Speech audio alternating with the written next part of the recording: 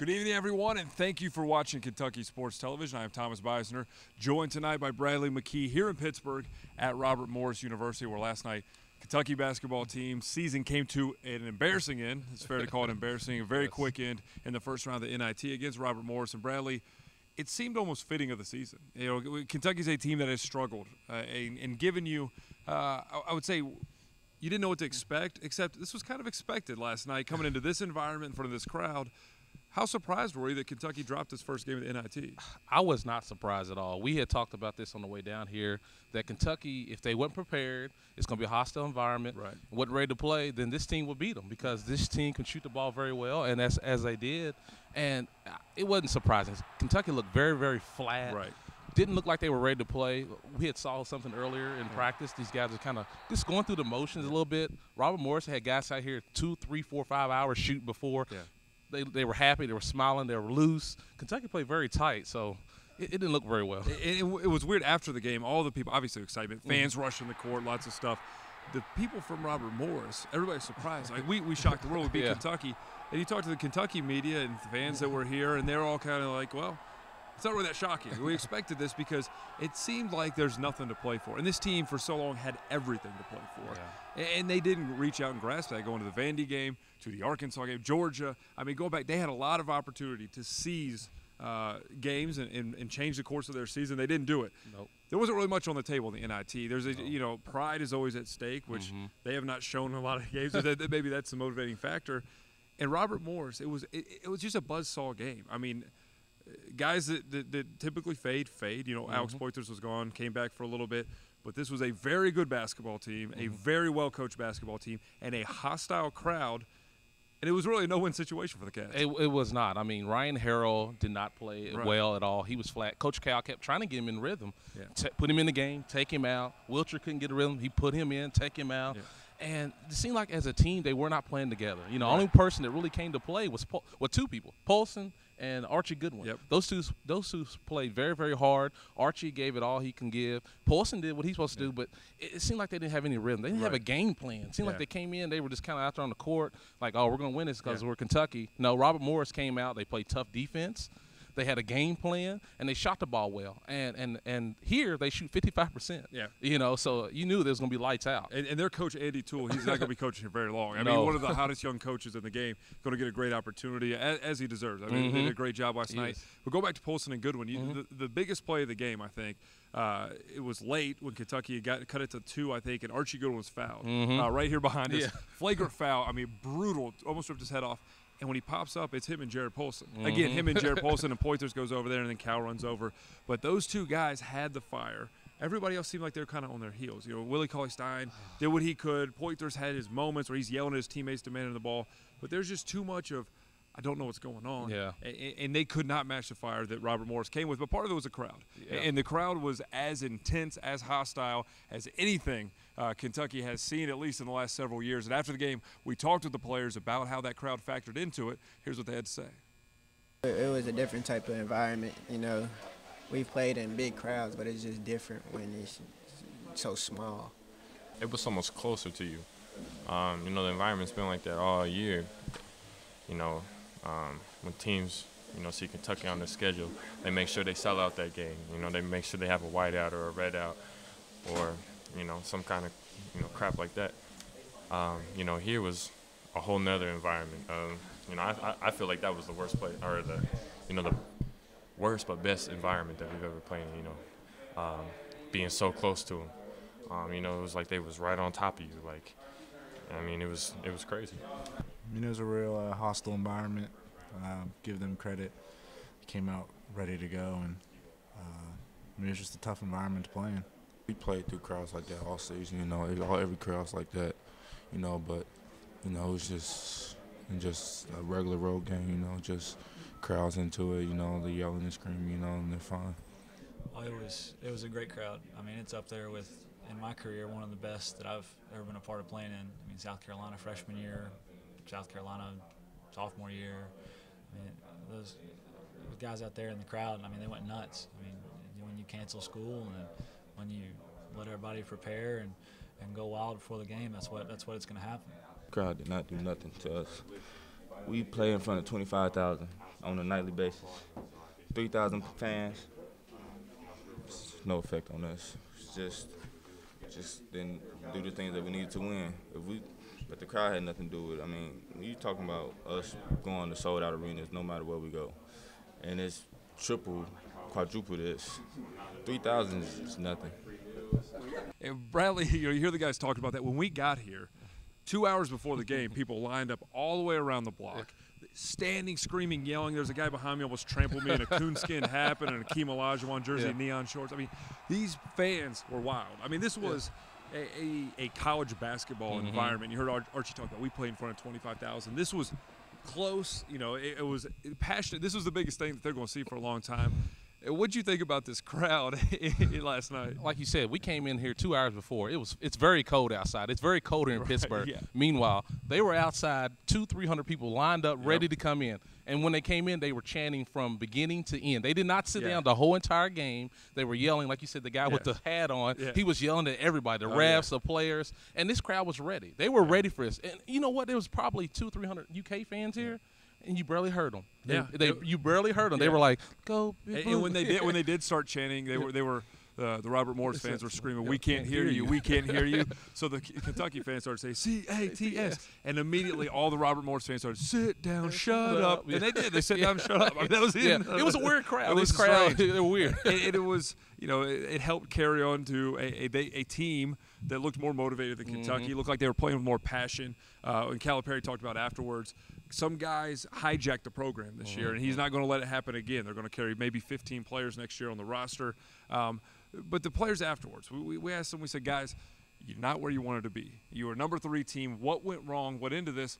And a lot of them had very interesting things to say about themselves as well as their teammates. And here's what they all had to say. Just an up and down season. We all know that we had the potential. It just sometimes we played up, sometimes we played down. I mean, just the maturity level. People clicked at different times, not all together like the past. Some guys didn't click, which next year, hopefully the maturity level clicks, and then now, we'll have, older kids, and then it's not all on freshmen. In the past, they had a couple seniors that you can, kind of go to bring everybody together. A couple juniors, sophomores. This year we didn't have that. It was brand new. We just gutted the whole team out. I don't know. It was just a real disappointing year. It's hard looking back on it. I don't really know. If we knew, we would have fixed it by now. Just people didn't change. Same story. Just people didn't change. Myself included. But next year should be a very great year. We will have a couple of older guys on the team. This year it was mostly fresh. Last year they had seniors, they had juniors, they had sophomores. It wasn't just freshmen on the team last year. But next year, we just got to come out working. We'll have a bitter taste in our mouth. Just hopefully I'll just make us come work harder. I don't know.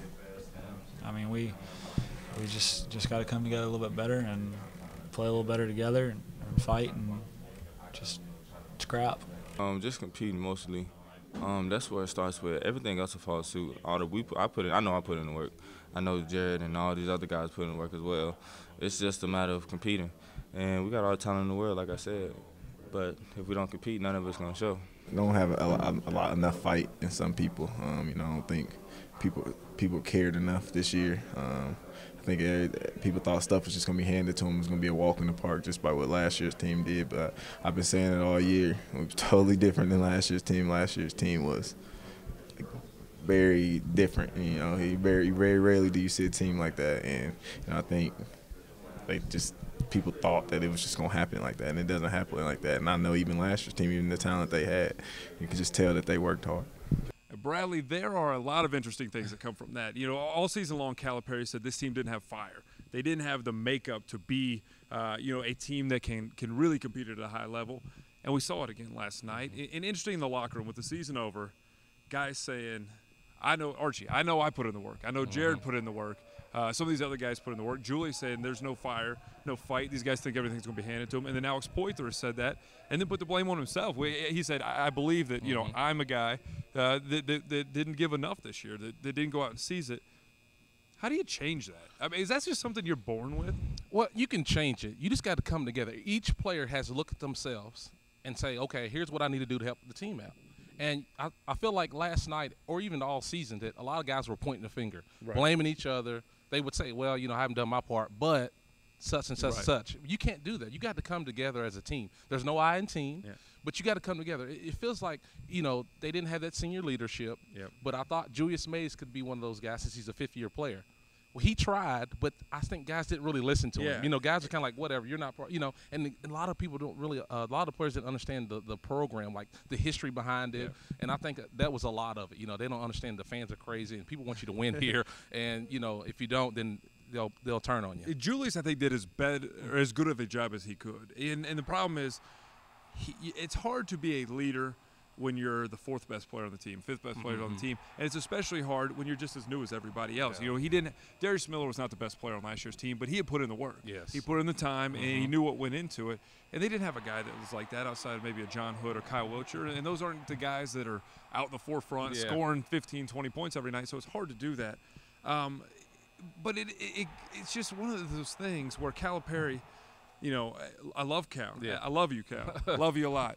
But how much of the blame does he get for this leadership problem? Because when I look at this season, and clearly the team didn't have a leader, he kind of, at the end of the season, I don't want to say he gave up, but then he started calling people out. And if you're not getting that from your head coach, then you're certainly not getting in the locker room. Then it seems like things can spiral out of control. Yeah, Cal, like you said, he did kind of venture off and kind of blame some players for certain things.